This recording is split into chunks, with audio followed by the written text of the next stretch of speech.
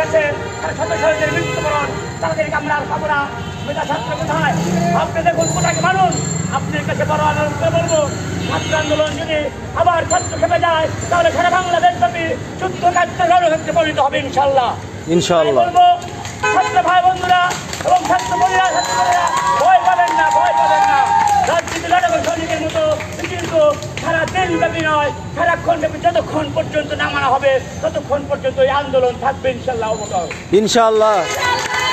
আমার বক্তব্য দীর্ঘায়িত করবো না, কারণ আমি প্রশাসনকে বলবো আপনার নিশ্চিন্তে স্থিতিভাবে ডিউটি করবেন, কারো পর্যায়ে কোনো কুলি হয় না।